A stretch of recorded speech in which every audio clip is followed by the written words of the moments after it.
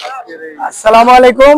আজকে আমি এই ঘটনা আসলে একটা কালো কোট পরছি, মানে আমি শোক পালন করতেছি, পুরো কোটটা কালো করছি।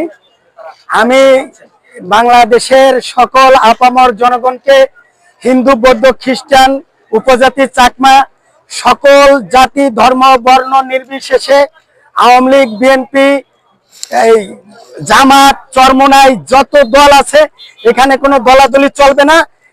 অ্যাজ এ হিউম্যান বিং, মানবতার কল্যাণে মানুষ মানুষের জন্য এটা মনে করে আপনারা দলের ব্যানার বাইরে রেখে একজন আরেকজনের পাশে চলে আসুন।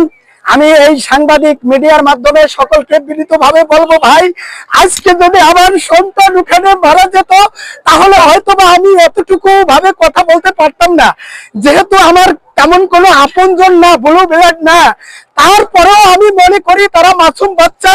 এবং এই পাইলট, বিমানের পাইলট, সেই পাইলটকে তার রুহের মাগফিরাত করি, কারণ তার কোনো দোষ নাই, সে নিজেও মারা গেছে এবং তার দুর্ঘটনায় যারা মারা গেছে এটা একটা দুর্ঘটনা।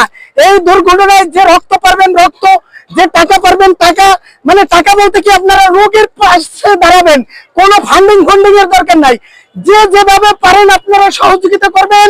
এবং এখানে কোনো রাজনীতির খেলাখেলি বন্ধ করে সবাই মানুষ মানুষের পাশে দাঁড়াবেন। কি বলেন ভাই? কোন রাজনীতি আমি এটা করব তুমি করতে পারবে না, এগুলি হলে আমাদের জাতি মারা যাবে।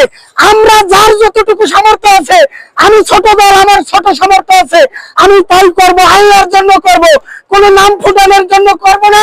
এবং মন্দির মসজিদ এবং পাগোড়া সকল ধর্ম উপাসনালয়ের যেন একটা বিশেষ দোয়া আগামীকাল সারাদিন অব্যাহত থাকে, এই আশাবাদ ব্যক্ত করে। এবং আমার এই ভাইদের এবং যারা শোকাতুর তাদের শোক সন্তপ্ত পরিবারের তারা যেন বিপদে ধৈর্য ধারণ করতে পারে।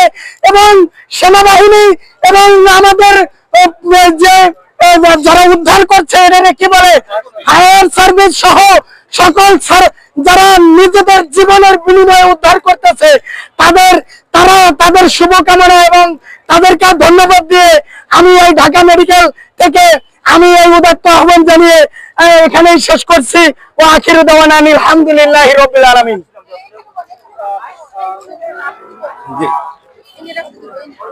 আচ্ছা আচ্ছা, আমি চেক করে দিচ্ছি। ভালো হয়েছে না ভাই? ধন্যবাদ। হয়েছে না কিছু?